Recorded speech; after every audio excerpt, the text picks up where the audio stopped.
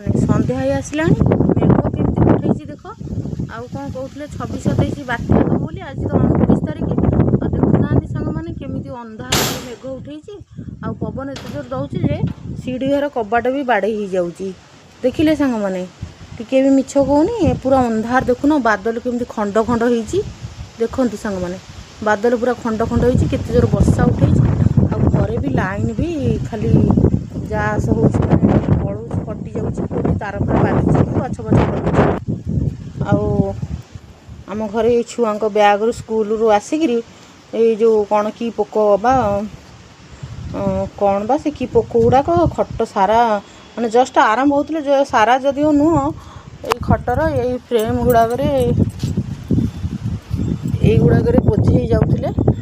कणा हरिका बोझे जाऊे अंधारे भलसे दिशुनी मु 3-4 दिन है खोलिकी रखीदे आज तो वर्षा उठेला सब नहीं जाकि खटटा फिटिंग करी पकईदे हम गदीटा घरे थुआई आ देखु सांग मैंने केते जोर वर्षा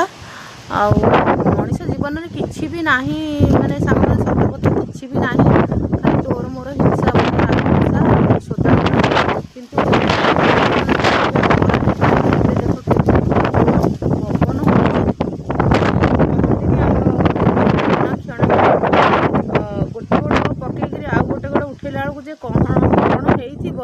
परिस्थिति कहीं भी कहीपर यहाँ हूँ प्राकृतिर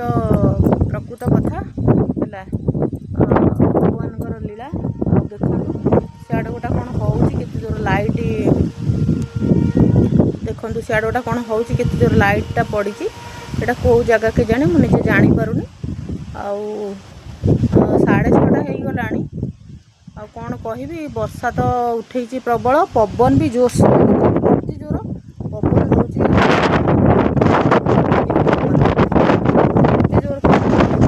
पवन कौन हो भगवान को जना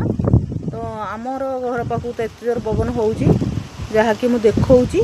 आउ गोटे सांग मैंने आउ गोटे जिनस देखेबी संध्या तो हो गला भलसे देखा जाऊनी आउ गोटे बरगछ ना देखा जाऊनी सरी टे दिन होते भल होता देखी पारि जस्ट संध्या गुड़े तो यहाँ आरंभ है वर्षाटा केते जोर बादल केमी जाऊँगी आ संग पवन भी जोर हो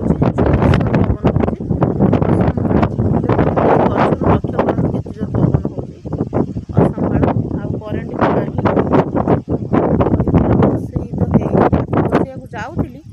अंधार हो चलतु सांग मैंने रोषे करवा खाइबा पुणी है एमतिका कथा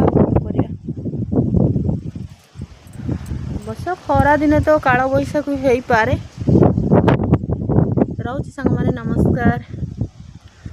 सब मो शॉर्ट वीडियो को देखु लाइक करूँ शेयर करूँ सब्सक्राइब करूँ।